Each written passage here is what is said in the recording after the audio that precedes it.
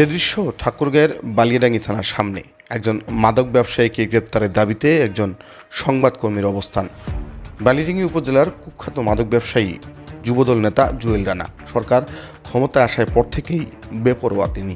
গ্রেপ্তার হওয়া আসামি নিউজ প্রকাশ করায় আমার সেই আসামি এখনো সেই আসামি পুরো বিচার কি সত্য প্রকাশে স্বাধীনতা আদৌ পাবো কি না তা জানতে চাই।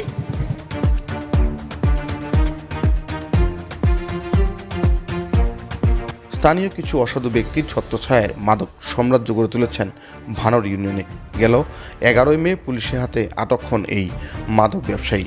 সেই খবর প্রচারের পর একে একে সংবাদকর্মীদের হুমকি দিচ্ছেন এই মাদক ব্যবসায়ী। ভাই কে বলছেন ভাই?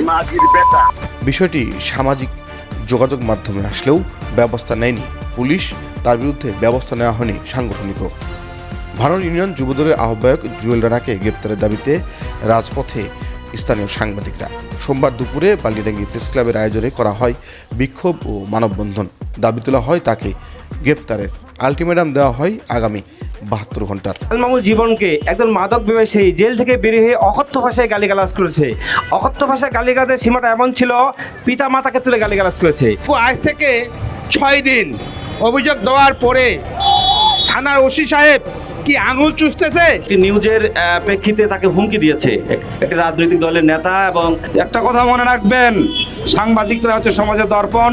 একজন মাদক সেবনকারী, একজন মাদক ব্যবসায়ী, তিনি আমাদের সংবাদকর্মীর সঙ্গে অশ্লীল আচরণ করেছেন, মুঠোফোনে হুমকি দিয়েছেন। আমি প্রশাসনের দৃষ্টি কামনা করছি, দৃষ্টি আকর্ষণ করছি এবং প্রশাসনের উদ্দেশ্যে একটি কথা বলতে চাই। বালিয়াডাঙ্গির সাংবাদিক শুধু না, গোটা বাংলাদেশের, গোটা বিশ্বের সাংবাদিকদের সমাজের বিবেক। এই মাদক সেবনকারী, মাদক ব্যবসায়ী কোনো দলের, কোনো জাতির, কোনো গোষ্ঠীর হতে পারে না। এরা হচ্ছে এই বাংলাদেশের ক্যান্সার। এদেরকে বাংলাদেশের HIV-ও বলা যায়, কারণ এরা বাংলাদেশকে ধ্বংস করে দেয়। বালিয়াডাঙ্গি উপজেলা যুবদলের যারা দায়িত্বে রয়েছেন, যাদের দায়িত্বে এই নেতা রয়েছে, তার বিরুদ্ধে সাংগঠনিক ব্যবস্থা নেবেন। সে সঠিক তথ্য পত্রিকায় তুলে ধরার পরেও তাকে অন্যায়ভাবে মোবাইলে গালিগালাজ করা হয়েছে।